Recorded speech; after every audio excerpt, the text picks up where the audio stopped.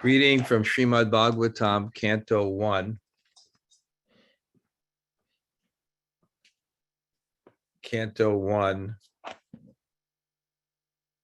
Canto 10, Chapter 1, Text 44.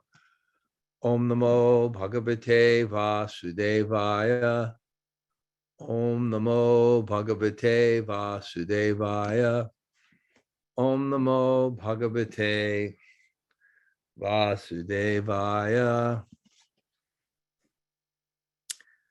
Tasman nakastya chitrohan acharet sattatabhidha atmana sheman anvicham drogdurvai paranto bayam. Therefore, since envious, impious activities, no, that's not the wrong verse.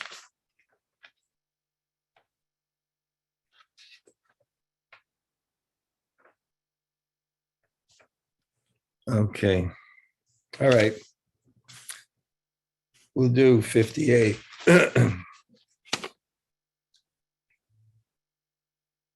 What is painful for saintly persons who strictly adhere to the truth? How could there not be independence for pure devotees who knew the Supreme Lord as substance? What deeds are forbidden for persons of the lowest character? And what cannot be given up for the sake of Krishna by those who fully surrendered at his lotus feet?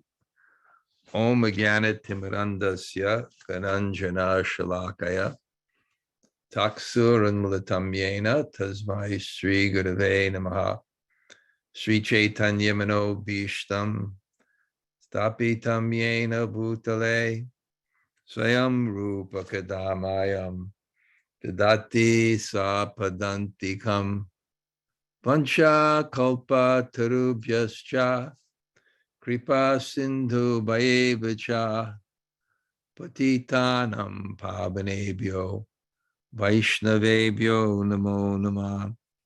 Sri Krishna Chaitanya Prabhu Nityananda Sri Advaita Gadadhar Shivasade Gaur Bhakta-vrinda. Hare Krishna, Krishna Krishna, Hare Hare, Hare Rama, Rama Rama, Hare Hare. So the answer to Gail's question is in this verse. And Gail's question was something like, Vasudeva, being very, very saintly, how could he so willingly give his children to Kamsa? Gail, was that your question? Yes, Maharaj. Okay. So let's get some context for it, and then let me really try, because that I also thought, you know how he just gave his children and so let me just put the story in context. One of the challenges of the class is I give it Wednesday and Sunday, but on Wednesday people work, they have other obligations. So I just sometimes have to go back. Maybe people who heard it on Wednesday will hear, they'll never hear the same thing. But it's Krishna's appearance, and Krishna's appearance has two reasons. And it's the same reasons why we came to Krishna consciousness. To relieve distress and to give pleasure. Puritanaya sādhūnāṁ vanashaya tradustitam. Puritanaya, for the pleasure of the devotees. Vanashaya traduskritam, and to kill the dushkrit. Krit means to do very bad. For those who do very bad. And we just see these are the two impetuses, the hetu, patita pavana, hetu, tava avatar, patita pavana. Hetu, the cause of Lord Chaitanya, patita pavana, to save those who are fallen. And those reasons to give pleasure and to relieve distress, they're actually one. Because in Krishna consciousness, to relieve distress is to get pleasure. Pleasure from bhakti. Vishayavani vartante niraharasya dehana raso rajam raso pyasya param drishtva nivartate. Param, supreme drishtva, the supreme taste. Then you can give up your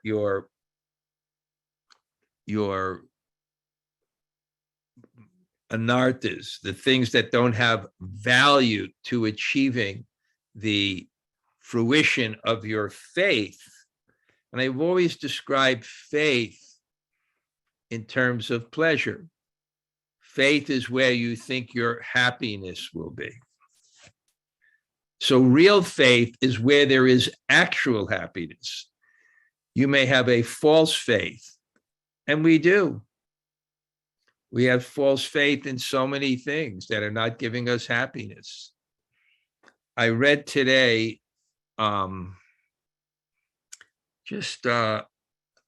Marcus Aurelius Meditations. I just had a few minutes and I was looking at it. His whole thing is we are made for others. We are made for others. And our happiness will come in unselfishness, which is counterintuitive to the material conception. I was listening to one psychologist and said one of the most powerful antidotes to depression is to get people to do service. And then one old motivational speaker, if you're not, and you have if you're unhappy, then serve. We are meant for others.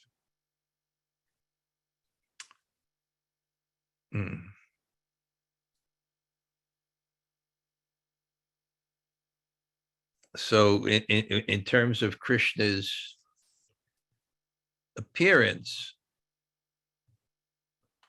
because when the earth in the form of a cow came to Lord Brahma to express her distress of being overburdened by an unnecessary defense force of demoniac kings.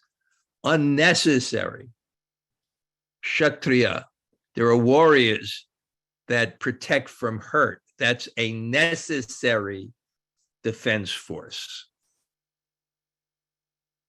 But there's also an unnecessary defense force or military force, not defense force. And that's by people who want to use force not to protect, but to exploit. And that causes distress for the earth. It's environmental problems. It causes distress for people, exploitation, totalitarianism, and therefore, when Lord Brahma went and in his meditation, chanting mantras, fixing his mind, God appearing within his heart, God talking to him. Prabhupada gave the example of a telephone. You are connected with that person. You don't have to be connected with God. Or I should say the only connection with God is not sakshat darshan, seeing him personally, but it's hearing his voice communicating to you in your heart. And that's what bhakti is, basically. Tesham satatayuktanam bhajatam priti purvakam. Dadami buddhi yogam tvam yenamam upayantite. Dadami buddhi yogam. I give them that knowledge. So when we focus in devotion, then Krishna speaks to us. And that's where we get our deepest realizations, where we actually have a vision of reality, even beyond just an understanding of it, an actual vision of truth. So he said, Vishnu said, I already knew the distress. I already knew about this distress, and I will respond to that distress. I will respond, but there's two types of distress. One is the physical and one is the spiritual. He responds to both. The physical distress is people are being exploited, and the spiritual distress is not getting the food of connection with God. And that's our distress more than anything else. That's the essence of chanting the Hare Krishna mantra, is that distress. Where is my taste? Where is my connection to God? And God tells us where that connection is. It's right here. He comes to exhibit pastimes which are very sweet. This is the uniqueness of Krishna, that he presents pastimes that are very sweet, not just opulent, not just powerful, but very, very sweet. Paharpidam, Natavara, Vapu, Karnio, Karnikaryam, Vibrad, Vishad, Konikakapisam, Vaijayanti Chamalam, Vaijayanti Chamalam, a forest garland.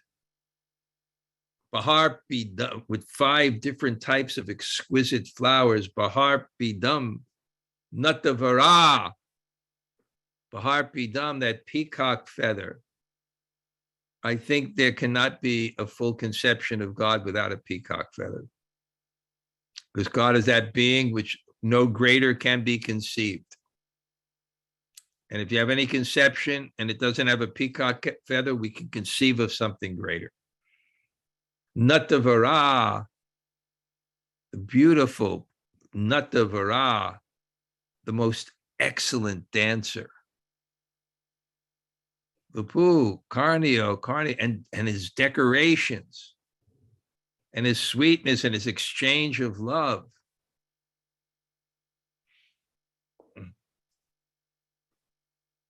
So this is going to be described when Sukadeva Goswami begins to describe, in response to Maharaj Parikshit's inquiry about, I want to hear in detail the sweetness of Krishna. I really want to hear everything about his sweetness, which will invoke that nature in my heart to be for others, which is called love. And he says, Kali Kalmasha, Krishna. This is the panacea. This is the panacea for all the ills of Kali Yuga. And we have to be convinced of that. This has to be our refuge. And therefore, we should take refuge. And taking refuge is called surrender or sharanagati. This is where all my anxieties will be alleviated. All my needs will be met. Every wish of my heart will be fulfilled.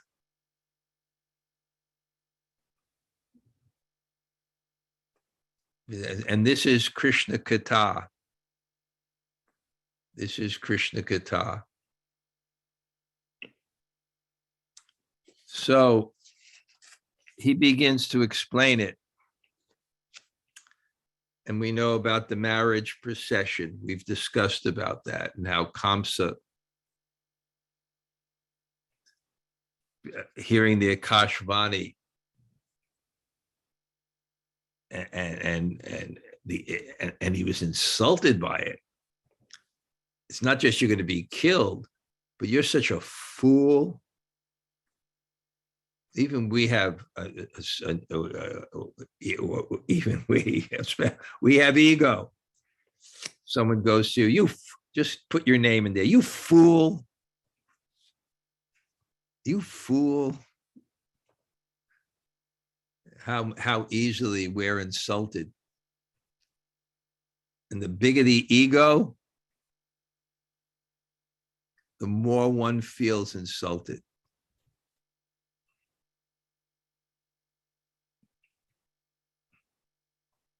You fool, you're not going to be killed. I'm not telling you you're going to be killed, but I'm telling you you're a fool because you are carrying the person who will produce your death, you jerk. And demon means false ego. That's the material consciousness. We have that demon in us, but when it's so pronounced, it's so overwhelming that it overrides any other principle meant to delay our gratification.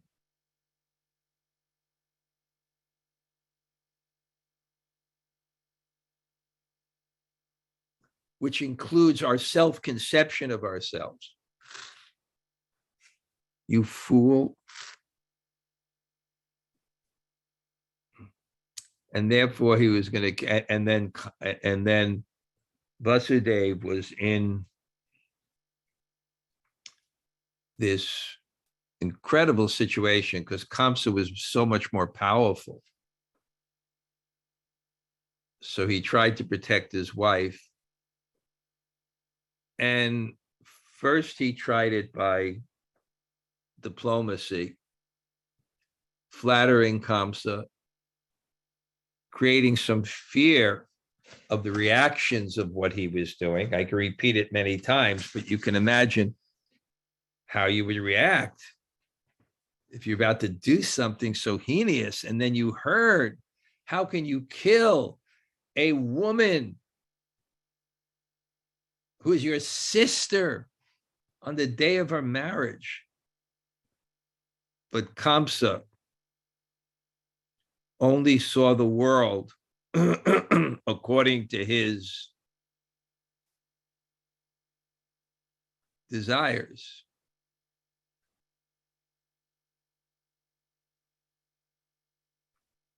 And he saw this was a threat to one's existence. I don't think anyone here, if it was a choice and said, here's someone that you love the most, either you die or they die. I don't think anyone here would say, no, kill them. Kill my parent, kill my friend.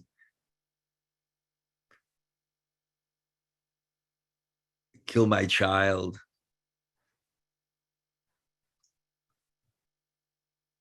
So he couldn't be pacified. And then Vasudeva, there's different stages. The first was diplomacy. The second was logic. The third was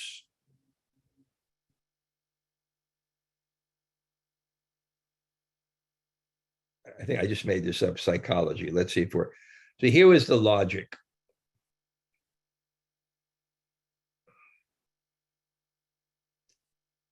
And Vasudeva was so fixed. He was so fixed on that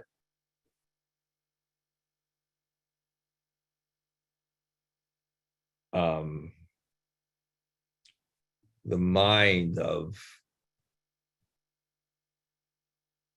the mind of Kamsa. So he was responding to his mind without Kamsa even saying it. When I think of Vasudeva, sometimes I think of Tamal Krishna Maharaj. I used to stay with him in Mayapur. Somehow he was very kind. He let me stay in his room, shared his bathroom. How kind was that? He let me stay in his room.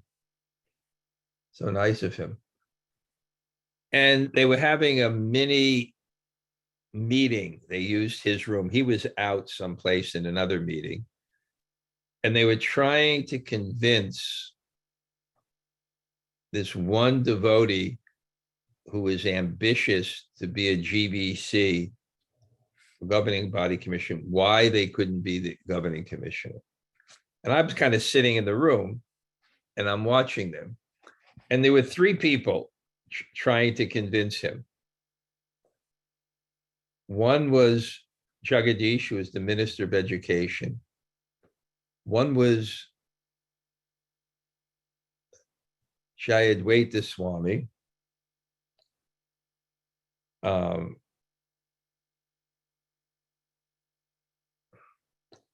there was someone else.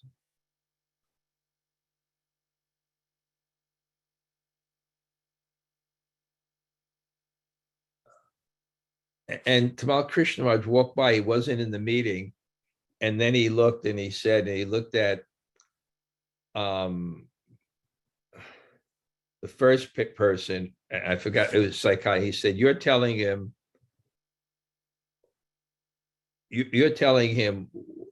why do you want to manage? Then he looked at the next person, Jayadvaita Maharaj, and said, you're telling him he can't manage. He looked at the third person, which is Jagdish, and you're telling him it was exactly what it is, without being there. Without being there. So he read his mind, and Kamsa was thinking, when he's hearing all this diplomacy, you may say whatever you want, but if I don't kill her, I'll die.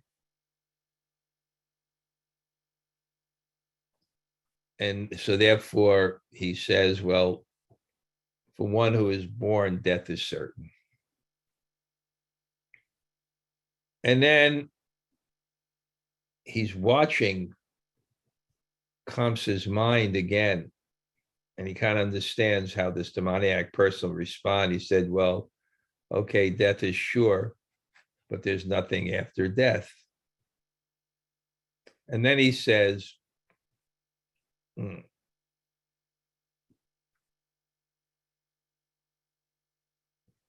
he explains, no, the body goes to ashes. You just accept another body. It's like a worm on a leaf. You know, it's stationed here, and then when it puts its foot here, it gives this up. So like that, you go body to body. And then he looks at Kamsa's mind a little bit more deeply, and Kamsa sees his skepticism, and he says, well, okay, but how do you know?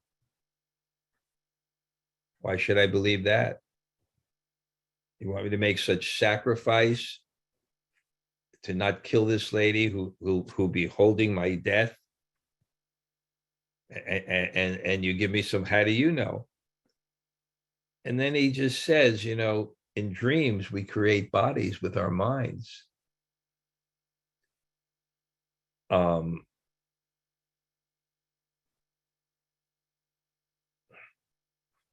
So whatever you're thinking of, you get that, whatever your mind is, you'll get that body.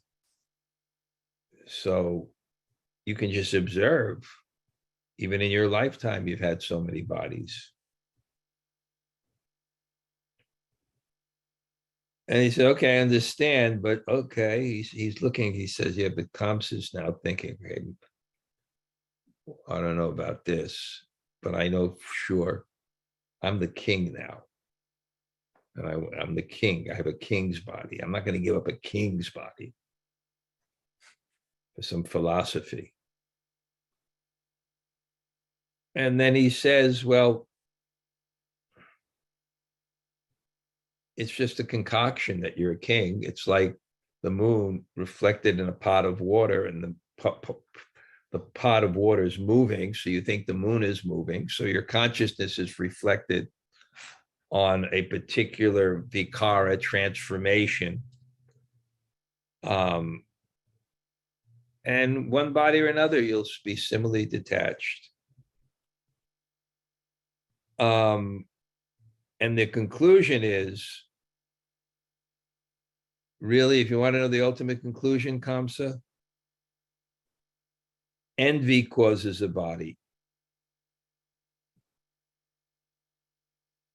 Wanting to control and enjoy causes a body. And when you have envy, you suffer in this life and you suffer in this next. It's not worth it. It's not worth it. But after all this logic and diplomacy,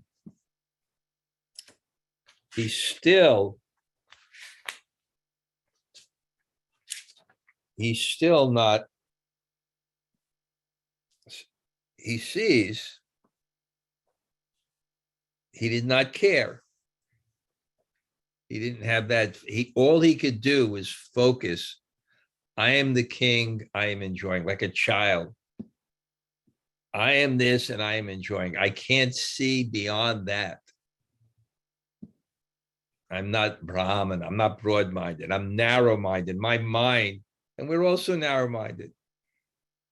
We do so many things that are bad for us because we're enjoying them at the present. And what do? We shut off the philosophy. We shut off the conception. We shut off Guru. We shut off Krishna. And we just focus the mind narrowly without seeing the broader scope of things. So if it's in us, what to speak of a demon like Kamsa? Even though he's so powerful, he becomes childlike. No, I'm the king. And it's a template for our lives. Every moment of our lives, we just refuse to see in a broader context. We refuse to see in a broader context in our eating, in our habits, in our practices, our thing. No. We have this, I'm talking to myself, this hedonistic conception. Eat, drink, and be merry, for tomorrow you may die. And that's why the sadhu, he has to speak so heavily to cut through this resistance.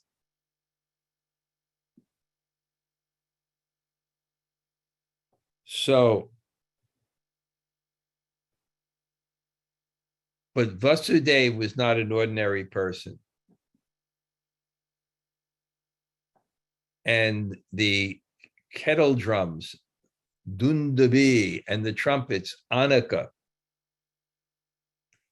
the demigods knew this exalted person who had this quality where of determination, Ashabandha, your hope cannot be bound.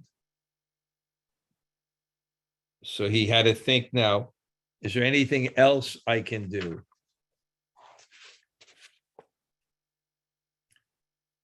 And he says, as long as the intelligence and bodily strength, a person should try to avoid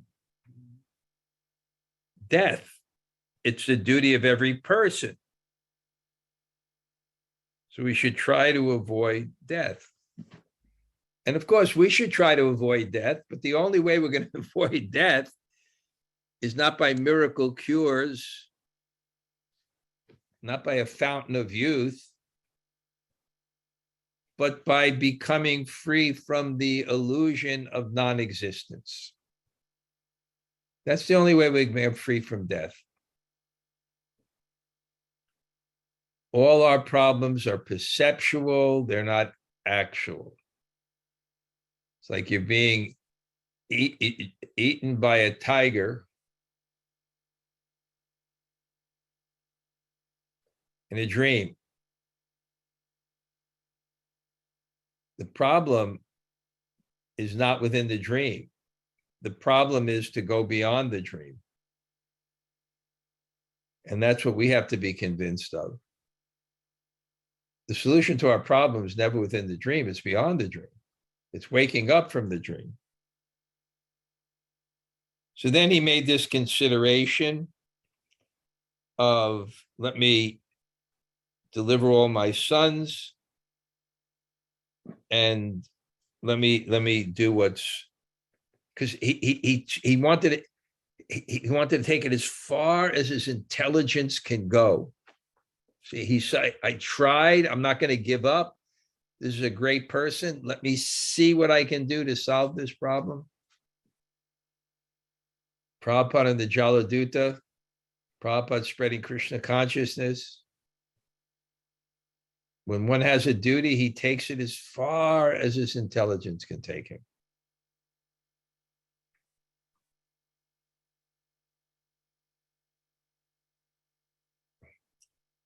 And because anything can happen. The Kamsa. So let me save my, let me try to save my wife, and let's see what'll happen elsewhere. And then he gives an example of a fire, and sometimes it skips over a tree. So that's destiny. So let's see how destiny plays out. But I have to exert my free will to try to prevent what's happening now. And then with great respect, he submits his proposal to Kamsa. I can understand your situation. I think it was, I were in your situation, I'd do the same thing.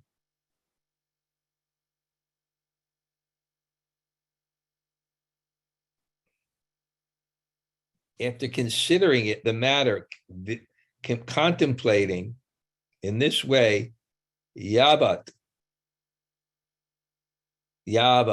as far as possible. As far as possible. After considering it as far as possible.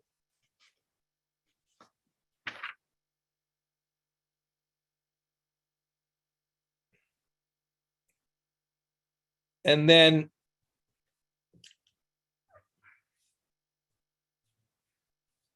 being fixed at the highest principle is ahimsa.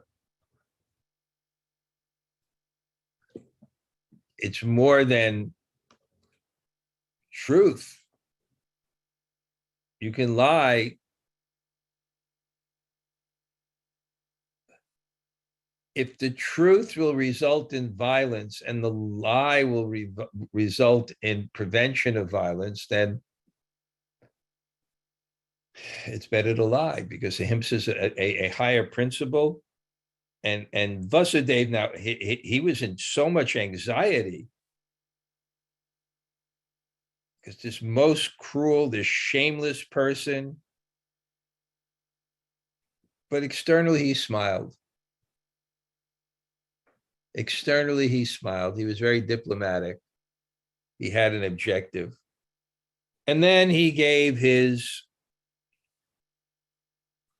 oh, best of the sober, you have nothing to fear from your sister, the cause of the death of his sons. I promise you, I shall deliver them unto you.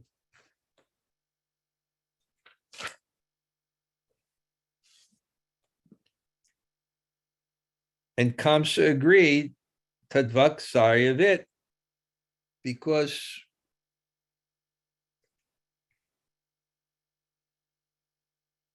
very powerful. We can't imagine how much the quality of integrity and honesty, the samskaras, were put into someone's consciousness. And Kamsa knew this and knew this was a saintly person. And he looked at his mind as far as he could see. And told him, I won't kill your sister. I won't kill your wife. I won't kill your wife.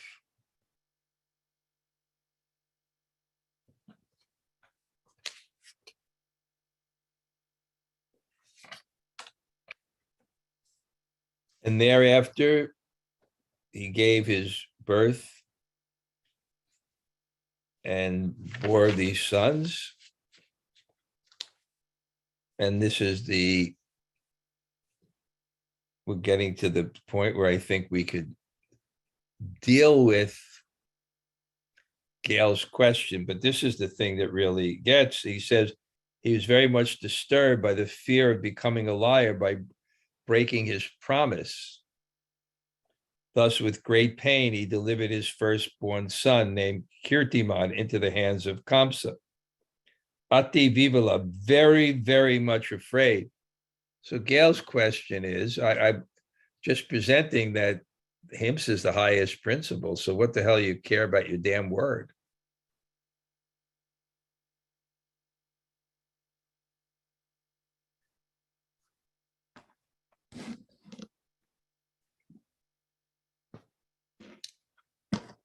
He cared about his word. It wasn't the overriding principle in this, though. So let me read Vishwanath Chakravarti Thakur's purport on the next verse, which hopefully could try to help resolve this. Just some points here is that, because it's going to come up also with Narada kind of instigating. And why is Narada instigating? And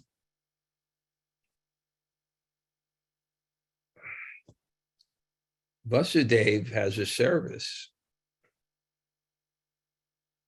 And the service is Vasudeva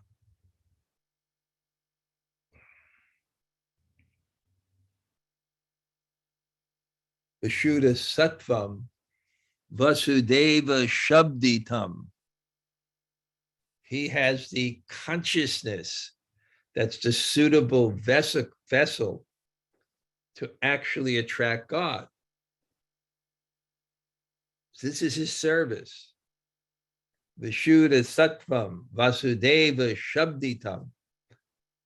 Shabditam Vasudeva Shabditam. It is called viduṣāṁ, the purest consciousness that will attract God is called Vasudeva Shabditam. It's named after Krishna's father. So his service, now he hears that Akashvani, the eighth child. So he has to have other children first. That's his service. Otherwise, he's completely detached. He's completely detached from sex life. He's even completely detached from family life. That's his service. That's his service. And therefore, that's why it says in this verse, what is painful for saintly persons who strictly adhere to the truth, and what cannot be given up for the sake of Lord Kṛṣṇa for those who have fully surrendered to his lotus feet. And the confidence that somehow when one does his service, then it's good for everyone. And the fact of the matter is, the 6 children in the womb were the sons of Kamsa in his previous life. So who are these people? And who? This is a higher realization. Just like the story of King Chitraketu when his children were killed by one of the co-wives. And then he was so distressed, he couldn't perform his duty. He couldn't do anything. And then he performed, there was Angira Rishi or some kind of sages, and he performed the sacrifice, and he brought his son back to life. And then he said, my son, my son, my son. And he said, which father are you? I've had many, many fathers.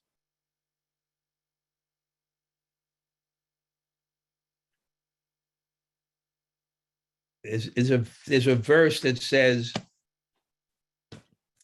Vyas may or may not know. He may or may not know. It means on the level of the highest consciousness, what comes through is Krishna's will. It's not dictated by one's logic. Even I was thinking in terms of Prabhupada, I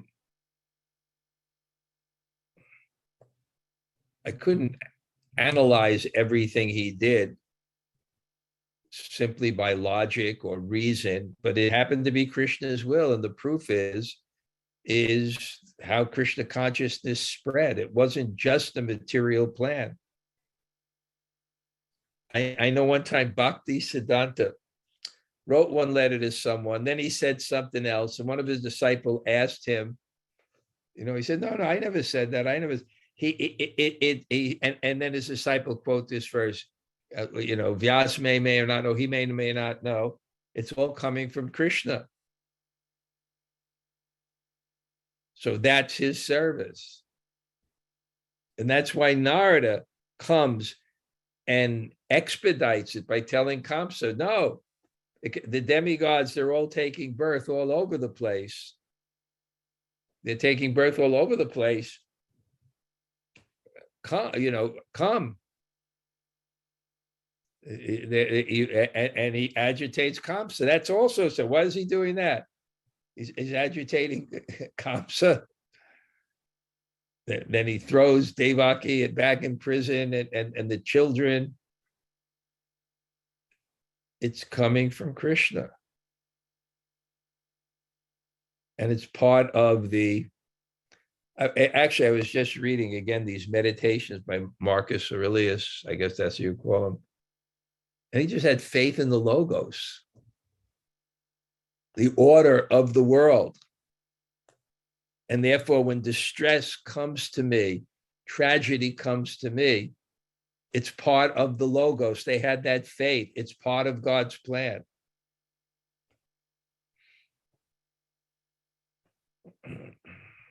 And what choice does Vasudeva have, really? It's not that he's trying for it. That's the circumstance he's in.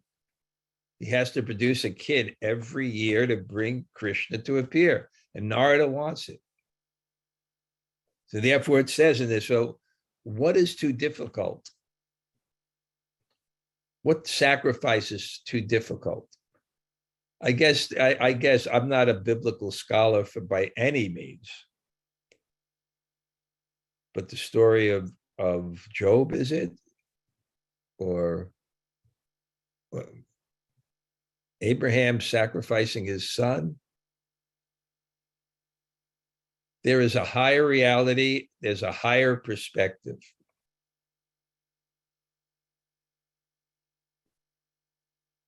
And also, these are personalities that are, just like when Krishna spoke the Bhagavad Gita,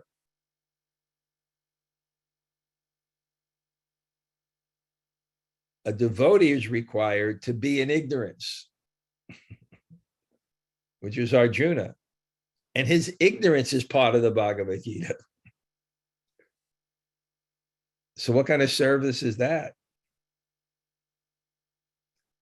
So let's see. We'll read this. Maybe after class I'm going to show you Jack's place. It's wonderful. My Bhajan Kutir is wonderful. I love these shades. No light in that whole house. I love it. And he has a library of every single book. So it was great for me. I could just go this morning Vishwanath, sādhūnāṁ, saint. So kim duḥsahaṁ the sādhūnāṁ, that verse, as Henry did write it down, the number for us, which is very considerate, which is 10:158. It says, how can I, who am afraid to tell a lie, sadhu, tolerate this murder of my own son before my eyes? That question that Gail wrote. How can I said, how a question arises? How can I, this is Vasudeva, how can I, who am afraid to tell a lie, tolerate the murder of my own son before my eyes? Vasudeva gives the answer in this verse. It is not intolerable for the sadhu. How could Vasudeva offer all the children, even without kamsa, ordering, instead of offering just the 8th child to kamsa? That's the question. It is not reasonable that a householder be indifferent to his children. So this is the case. The next phrase, therefore, replies, Vasudeva is not ignorant like the normal person in the material world. For a person with knowledge, devotion, and detachment like Vasudeva, is this to be expected? On the other hand, can Kamsa kill his child when he brings that child to him? Is there no mercy in his heart? In answer to this, Vasudeva says, well, what can a wicked person not do? In order to avoid fault, should Vasudeva give up household dharma and not produce any children? Vasudeva answers, he who desires to see the Lord in the form of his son holds the Lord in his heart, dhṛtātmanām, and remains in household life to bear a son. He should have affection for no other son. Let the 8th child be born quickly. Let me willingly offer the children year after year and take responsibility for their death out of eagerness to see the Lord. So he was able to be really calm because he understood. He's not going to act on the platform that to do any harm unnecessarily. But he had to produce children to bring the Lord as the 8th child.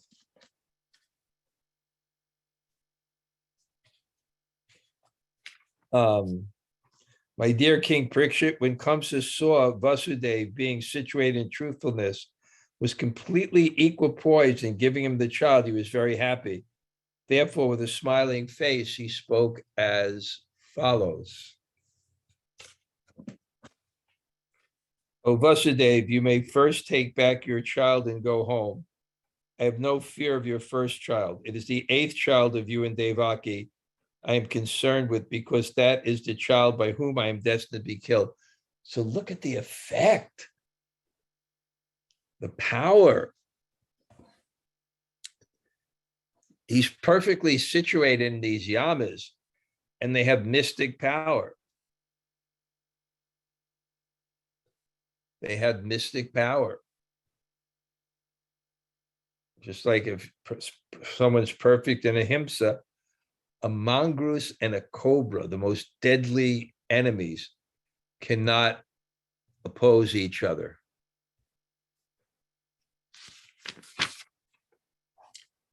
Vasudeva agreed and took his child back home, but because Kamsa had no character, no self-control, Vasudeva knew he cannot rely on Kamsa's word. He has no character, and he's without self-control. So I can't believe his word. He can believe my word because I am Anaka Dundapi. My word is sacred. But his word, I can't believe him. And then this next verse, some say it's Sukadeva, but some say it's Narada. And in the next verse, he describes the inhabitants of Vrindavan, headed by Nanda Maharaj, including his associates, men and wives, were none but the denizens of heaven. Amarj Prickett, best of the descendants of Bharata, and so were the descendants of the Vrishni dynasty, headed by Vasudeva and Devaki, and the other women of the Yadu dynasty, the friends, relatives, and well-wishers of Nanda Maharaj and Vasudeva, and even those who eventually appeared to be followers of Kamsa were all the demigods. So Vishwanath says this may be Narada telling Kamsa, the demigods are all being born, and they're your enemies.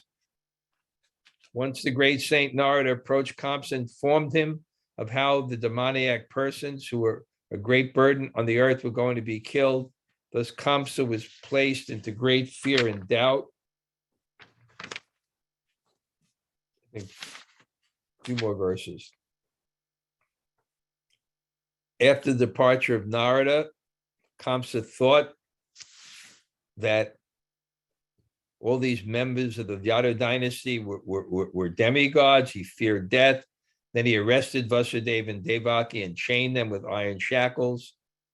Suspecting each of the children to be Vishnu, Kamsa killed them one after another because of that prophecy.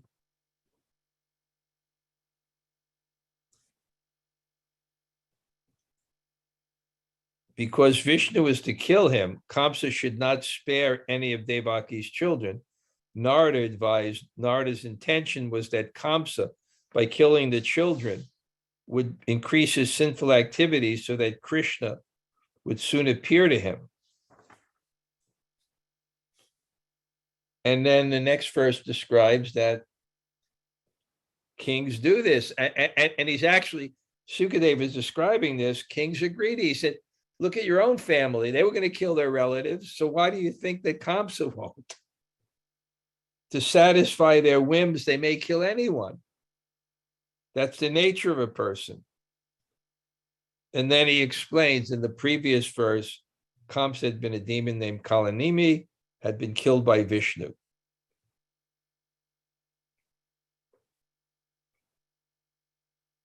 And then after hearing this, he became envious of everyone, and he imprisoned even his own father. Okay. Jamuna Jaya, you still here? You had to go to work, your service. She probably had to go to her service. Okay. Gail, are you still there? Oh, yeah, Maharaj. Thank you so much for so thoroughly answering my question. There was just a couple of things. When you kept repeating Vyasadeva, he may or may not know. I wasn't sure what you were referring to there. There's a verse. I'll find it for the next class. It's a famous verse where really it indicates that at the level of Vyasadeva, it's just coming from Krishna. It's not necessarily, it's not necessarily just a product of his conception or understanding. The truth just comes. Oh, when he saw that, when he spoke, energies of Krishna, when he saw that, you mean? Anything he spoke in the Bhagavatam, it's more than just his own intellect. Yeah. It's Krishna speaking in the heart. And then sometimes the person may not even remember that he spoke it because it wasn't something he was contemplating necessarily. And I sometimes think of that with Prabhupada. I couldn't maybe understand everything. Of course, he was brilliant in all his moves, and I just amazed by a lot of people are realizing that when they're seeing how the world is moving, that how prophetic Prabhupada was and how right he was. But there's still that element also that there's a greater plan of Krishna and one is participating in it. And he speaks through his devotees and has multifarious reasons. Okay. So let me So when you said that, when the Akashvani spoke, are we to understand that at that time, Vasudeva understood that that was his service at that time? I don't know when he understood it, but he understood it when he was producing the children. At that time, he may or may not, because it's complicated when Krishna manifests his will like that. I don't know, but he certainly understood it at the end.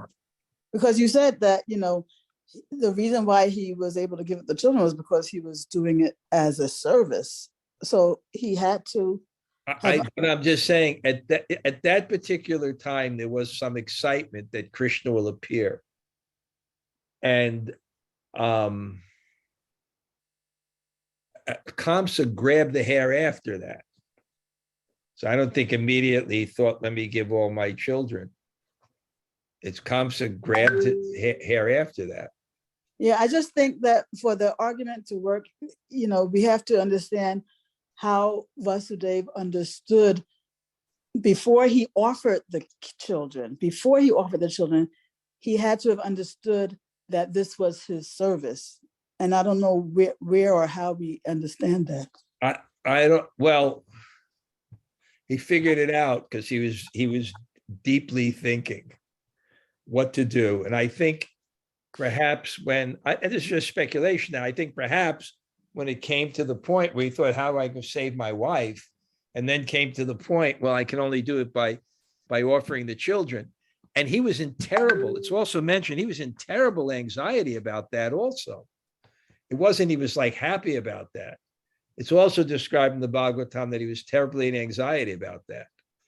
But when he had to think very, very soberly what to do, I guess that was one of the considerations. Well, I'm going to have to produce these children because the 8th child is there. So, and then I guess on a very higher level, he may have understood the other things on a very high level. Well, they're just souls. And what can I do? I have to produce them. I have to bring them to fruition. I'm not responsible for this. I guess it's Krishna. It really reminded me Mahamuni once gave me this book by Epictetus, this Stoic philosopher. And there's an element like that, where everything that happens is meant to be, and you accept it. The only thing that you can do is how you respond to it. So I'm sure as Krishna's father, he could have some time, and being this great intellect, this great diplomat, he could have some vision for that. Okay, Gail. All right. Try my best. Thank you so much, Maharaj. Okay. Anybody else like to say hello? Hare Krishna Gumaraj, Tota Gopinath here. And Kishori Radha. Haribo. Haribo. Good to hear from you. Okay, great. Anybody else? What wonderful class, Maharaj. Thank you so much. So many good points. My notebook is overflowing. Where are you, Henry, now? I'm in Nantucket Island, as a matter of fact.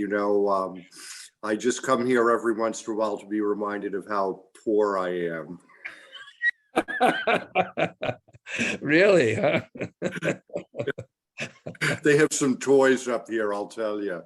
I was just walking along the boat docks, and looking at these toys they have up here. I mean, how could these people ever get interested in spiritual life if they have everything material that's so perfect? Well, because it detaches them from the soul and puts them in total anxiety. But yeah, let's see. There are sometimes some people that have that. So is that like a friend's house? Or you rent? Yeah, I'm staying at a friend's house. He has a little compound here. I'm celebrating his 75th birthday tomorrow, and I'm just it's really beautiful here. The gardens and and he has ducks. He has some very rare ducks in a duck pond. That's just his summer home, right? No, yeah, it is his summer home. His winter home's next door over here. So actually, no, he's lived here for 50 years. His name's Terry Palmer. He's a photographer, and he's lived here for 50 years. And he's very famous on the island. He's done every photography book, and you know, everybody that comes here and visits him wants to meet him. And How do you know him? well, you know, he was a friend of my older brother's. I met him in Washington in the 1970s. Okay, well, it's a good friend. It's a good friend. How long you'll be up there? I'm going home. I'll be home on Monday.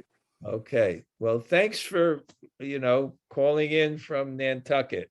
I'll call in from anywhere, Maharaj. I could never bear to miss one of these Sunday morning classes. They're my life and soul, my deepest appreciations from the bottom of my heart. I can see how much you do that. Thank you. It's great. Great to see you. And thanks for giving us a view. Now I'll give you a view of my luxury home. Okay. I'm going to give you all a view of my luxury home in Brick, New Jersey. Well, let's see. Okay. That's my simple abode, but out here is where it's really nice. It's very simple and clean. Here is one of the world's largest Tulsi plants. Wow. Let me see if I can, get it in view. It's an incredibly nice Tulsi, and then I guess we have Garuda here. And then this is just for programs. It's just for programs. And then here is one of the biggest Vaishnav libraries of every single book that was ever produced in English. And here's, in case people want beads, and here is my little office here.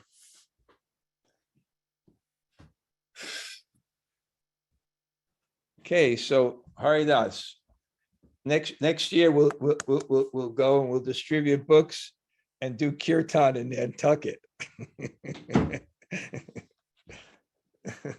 They're ready. I think they're going to be ready. I have a feeling this whole thing's going to bust loose soon.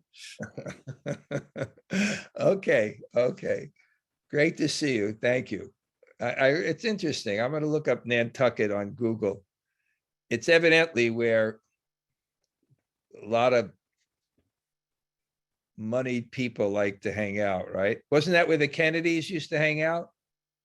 They were on Martha's Vineyard and on Hyannis, which are right near here. Okay. But this is like, there's so many private jets, you can't even get through the airport. I mean, it's like crazy up here.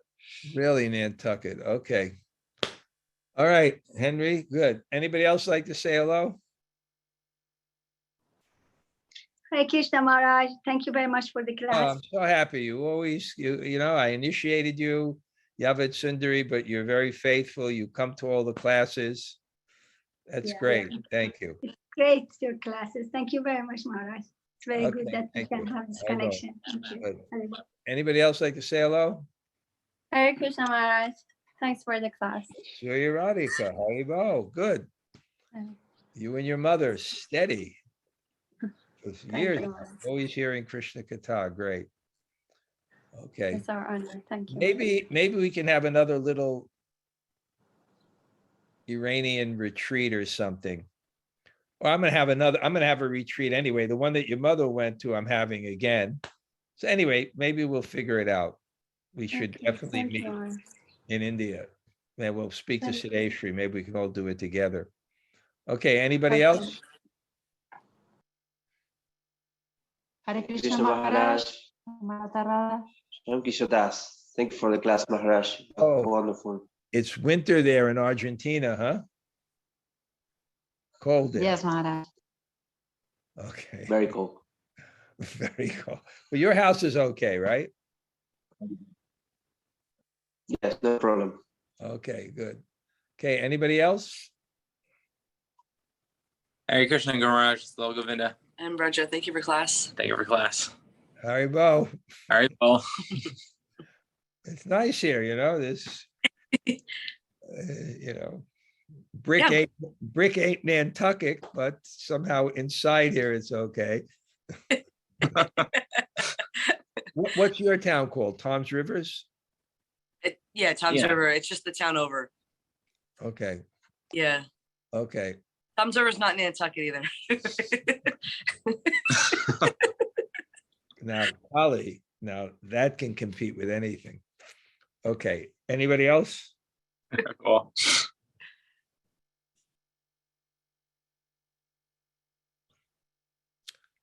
Okay, I see all the nice people that attended. I always look at all the names. That's great. Okay, I'll head out now. Thank you all. Vanchakalpatarubhyascha kripa sindhu bhaye vicha patitanam pavanebhyo vaishnava.